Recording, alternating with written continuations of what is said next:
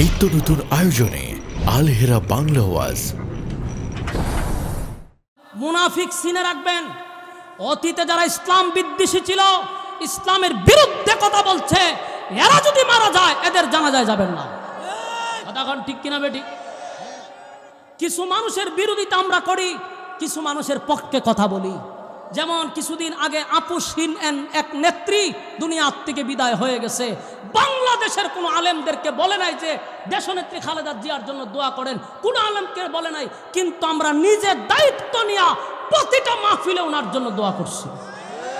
বাংলাদেশের জাতীয় মসজিদ বাইতুল মুকাররমের খতিব সাহেব ওনার জন্য দোয়া করছে, আমরা প্রতিটা স্টেজে ওনার জন্য দোয়া করছি। কেন?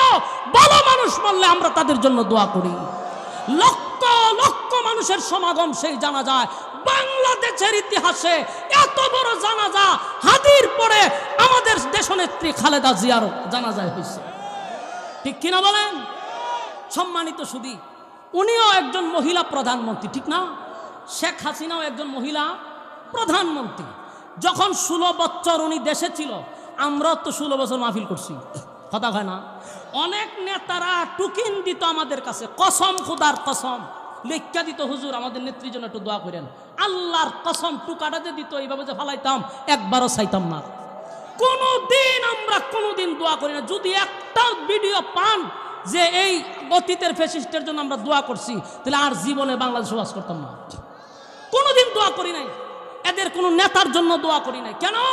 এরা মুনাফিক ছিল, ইসলাম বিদ্বেষী ছিল, আল্লাহর আইনের বিরুদ্ধে কথা বলছে, অসংখ্য আলেমদেরকে জেলে বন্দী করছে, আল্লাহর কোরআন চলতে দেয় নাই, মাহফিল বন্ধ করে দিয়েছিল। তাই তাদের জন্য আমরা দোয়া করি নাই। ঠিক কিনা বলেন? কিন্তু দেশনেত্রী খালেদা জিয়ার জন্য দোয়া চাই নাই। মসজিদে মসজিদে দোয়া হয়েছে, ফেসবুকে দোয়া হয়, অফলাইনে হয়, অনলাইনে হয়। কেন? এটা হৃদয়ের মহাব্বত। কেন? আপুসহীন ছিল, আধিপত্যের কাছে মাথা নত করে নাই। এরকম নেত্রী বাংলাদেশে আর পাবেন না, শেষ। যারাই আসবে এখন এরকম আপুসহীন হতে পারবে না। কথা বলেন ঠিক? খালেদা জিয়া বিক্রি হয় নাই, বলছিল আমার দেশে আমার জন্ম, দেশেই থাকবো, দেশের মাটিতে শহীদ হয়েছে। যারা বলছিল আমরা পালাবো না, পালায়া গেছে। ঠিক না বে ঠিক? কইছে পালাইতাম না, কইছে পালাই না। এখন কই আছস? জামাইয়ের কাছে গেছে। ঠিক না বে ঠিক? হেরো বউ নাই, তাইরও জামাই নাই। মিলছে মিলছে মিলছে, বুড়া বুড়ি বালা মিলছে, শীতের দিন আছে এখন। ঠিক না বে ঠিক? এলে বড় কথা বালা না, বেশি বড় বড় কথা ভালো না। 16টা বছর ওয়াজ মাহফিলে কথা কইতে গেলে 100 বার চিন্তা করে কথা কন লাগছে। একটু যদি স্লিপ হয়েছে, সকালে বিভিন্ন জায়গার থেকে ফোন দেওয়া হয়তো, হুজুর একটু থানায় আসবেন, আপনার সাথে কথা আছে, এ বালা কাম হয়েছে, এইভাবে ডাক দিত। কথা বুঝতেছেন? মাহফিল থেকে লাইমা গেছি, প্রশাসন থেকে ফোন, হুজুর একটু আসেন, আপনাকে কিনে চা খাবো। এটা চা খাইবা লে নিতেছে না ডুগাইবা লে নিতেছে? আমরা বুঝতাম যে সব বনাস কাম ছেড়ে নিছে। এরকম একটা পরিস্থিতি আমরা 16 বছর করে আইছি।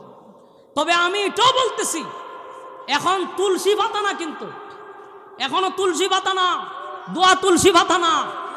আপনারা এই সিদ্ধান্ত নেন, আগামীতে যদি আল্লাহর কোরআনের মাহফিলে কেউ বাধা দেয়, এদেরকে লাল কার্ড দেখায়া দিব, লাল কার্ড দেখায়া দিব। ঠিক কিনা বলেন? 16 বছর যেই শাস্তি আমরা পাইছি, একই শাস্তি যদি আমাদেরকে কেউ দিতে চায়, সময় মতো লাল কার্ড। হলুদ কার্ড না, হলুদ কার্ড দিলে তো কিছু সময় ডুখন যায়, আবার ডাইরেক্ট লাল কার্ড। ঠিক কিনা বলেন? এই জন্য 96% বাংলাদেশের মুসলমানে যদি তুমি নেতৃত্ব খাটাইতে চাও, আগে মুসলমানের মনের ভাষা তোমাকে বুঝতে হবে।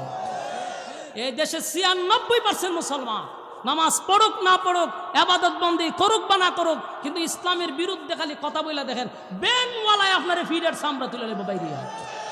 ঠিক না বে ঠিক? হ্যাঁ, এই জন্য আমি আপনাদেরকে আমার কথা বলছি না, কোরআনের কথা বলছি। আল্লাহ বলছে কিয়ামত পর্যন্ত কোনো মুনাফিকের জানাজা এই জমিনে হবে না। আমার কথা না, কোরআনের কথা।